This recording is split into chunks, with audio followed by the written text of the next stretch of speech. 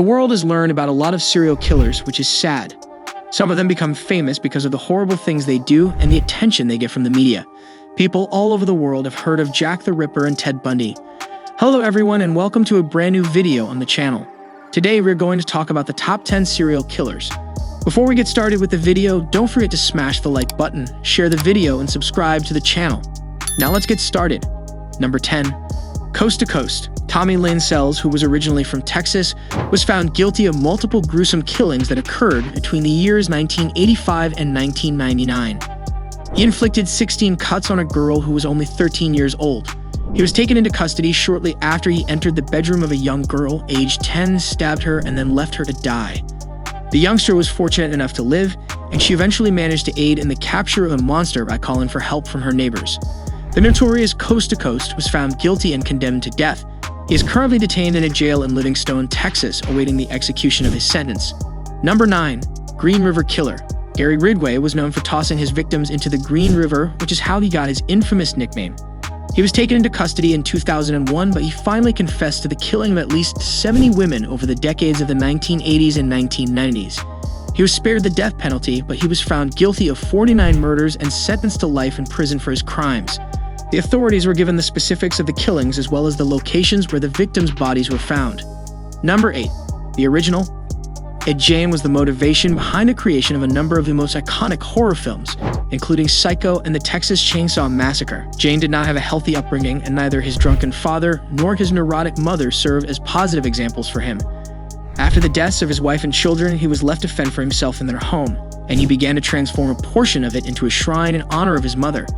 He went so far as to construct a so-called woman's suit that would transform him into his mother. The authorities found a number of exhumed bodies on his property in addition to the trophies he had created from the bones and skin of the victims.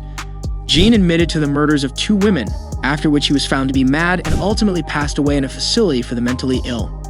Number 7. Lady Bluebeard.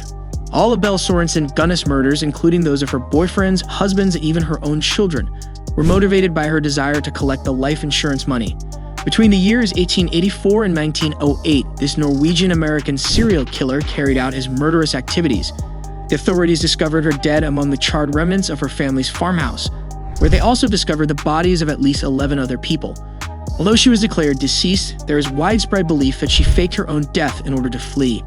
Number 6. Ted Bundy. Ted Bundy is likely the most well-known serial killer in history, following the footsteps of Jack the Ripper and Charles Manson. Every one of Bundy's victims was a woman. He would abduct them, rape them, and dismember them, sometimes even keeping their heads as mementos of his crimes. Following his confession that he had killed 30 people, he was put to death in 1989. Number 5. The Night Stalker. Richard Ramirez was renowned for entering the houses of Los Angeles residents and killing them with a variety of weapons, including firearms, knives, and even a tire iron. His crimes earned him a bad reputation in the city. One of Ramirez's earliest victims was a young girl of 9 years old whom he raped, battered, and ultimately murdered. In addition to that, it was well known that he would sign his work with mystical symbols. It would appear that he had a thing for pentagrams. In 1985, he was taken into custody and ultimately given a death sentence. In 2013, he passed away of natural causes while incarcerated. Number 4. Dr. Death. Harold Shipman was a British physician who became notorious for being a serial killer responsible for one of the highest reported counts of murder victims.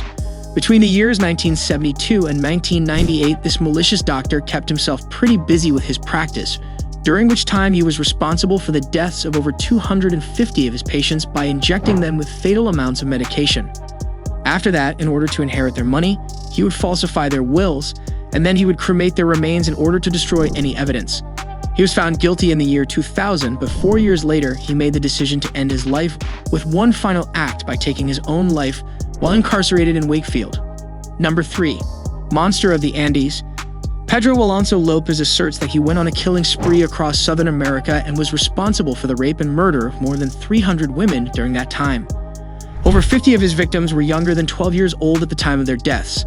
After being apprehended and confessing to every one of his offenses, he was found to be mentally ill and was finally let go in 1998 on the basis of his good behavior. It would appear that your good behavior can forgive most of your past transgressions. Number 2. Jack the Ripper. Because of this, a lengthy introduction or explanation is not necessary.